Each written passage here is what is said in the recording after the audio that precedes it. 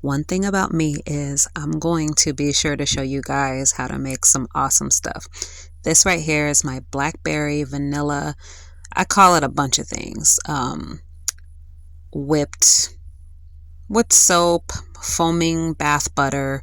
I think this time I call it like some sort of foaming sorbet. So let's go ahead and dive in. All right, so right here, we're going to start with the shea butter. And I chose shea butter because it tends to be softer and creamier than other types of butters. Other butters will give you more of a firmness. Shea butter will give you more of a creaminess, and it really helps, especially because that we're using surfactants to still give you an after feel of like not oiliness, but skin conditioning values that help keep the skin soft. Olivem 1000. You guys could also swap this out for BTMS 50. I ensure to put a emulsifier in my bath soap formulations just to ensure that any mica and any oils just easily rinse down the drain and just kind of emulsify and go. It makes it a simpler, easier, cleaner product. You're not left behind with tons of mess in the bath when it comes to micas or colorants. So having an emulsifier ensures that you have a cleaner experience with your bath butter and that you're not left overwhelmed with oils afterwards, because sometimes that can happen when you have bath butters, is especially this one that's anhydrous. You just get left with all that. And then I have Cetyl Alcohol to help with the texture, to kind of give it a certain type of thickness and richness to it. It keeps it from being too creamy and not fluffy enough. It kind of helps as a texturizer. You can omit it, it's up to you. It just might make this formula a little bit more fluffy, I would say. And this is anhydrous, so it does melt. And here comes our surfactant, which I'm using two, but this one is an oil soluble surfactant that basically it's perfect for bath oils, shower oils, bath butters, and anhydrous products that you still want to lather or have turned from oil to milk. And so this is a combination here of the mica, vanilla, and jojoba oil, the blackberry seed oil, and the Optiphen preservative. Okay, you want to have a preservative because this is a bath product. It is expected to be in a bath. Water is going to be in the air. Even if you don't put watery hands directly in your bath butter, you are likely to get it in there unless you take some out ahead of time, put it on a bowl or something separate, and then bring it into the bathroom to use. But this is basically my cooling. I'm going to put this in the cooling phase once everything has cooled down. So the first phase, by the way, I melted down, and here is the finished, once it's done melting, all the solid oils and waxes and butter. And then I'm putting the SLSA powder here, and I'm just giving it a good mix because otherwise, you guys that deal with SLA know it can get everywhere in the air, and once you breathe it in, it just is terrible. But you can also use SCI powder in this instance. I like SLSA because it's our other surfactant that we're using. It's going to give a rich, thicker type of lather. It's going to help it get a little bit more bubbly.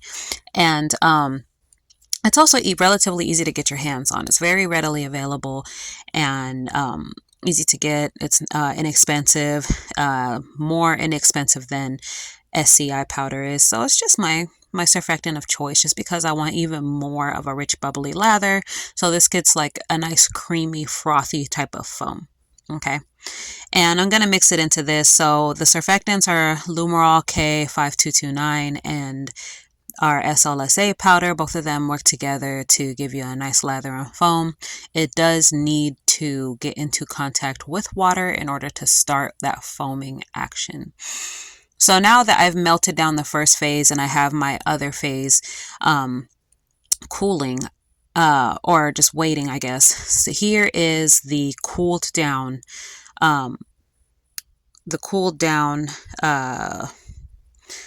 heated phase. Okay. And this is when you want to start whipping, once it kind of looks a little bit congealed almost, but it's not quite, but it's a little bit solid and a little bit liquidy still at the same time, so that you can kind of start whipping. And I will tell you, just like any other body butter, you still need to wait. I would say, even once you start whipping and it looks like it's coming together, this will change texture, okay? Especially if you're freezing, it's gonna get nice and thick like this, and then it'll go to like more mushy kind of, and then it'll firm up the next day. So it's always best to set at room temperature and allow it to cool and rest to see what the final temperature is gonna be, or the final texture, I should say. I like to wait a full 24 hours total, but you can let it cool overnight. And then wake up the next morning and whip and then add in all your colors and stuff like this, because even though it's thick like this and I like this texture, it's going to get a little bit loose again and then firm up again. And that's just a natural part of this process. Don't think that you failed just yet. Even after you whip it one last time, it is still going to need to set for a good few hours for you to see what that final texture is going to be.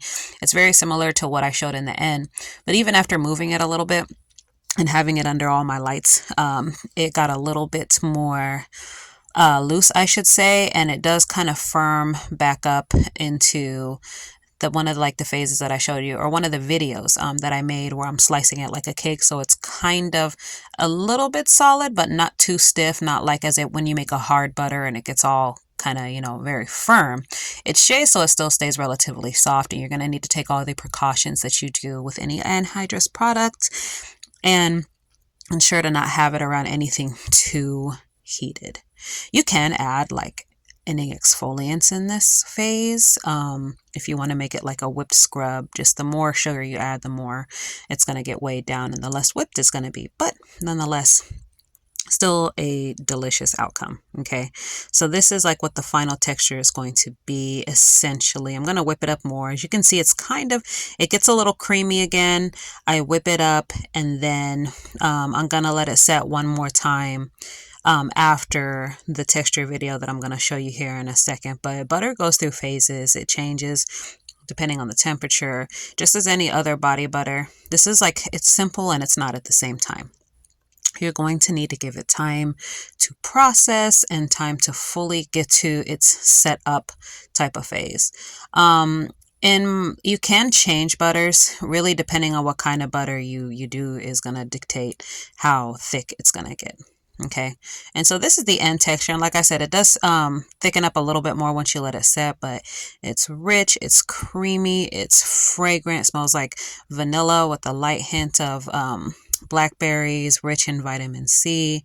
And overall, I actually really like this one, and of course so do the kids. And you can swap out some of the ingredients, the oils, to make this your own, the colors to make it your own, whatever it is that you want to do.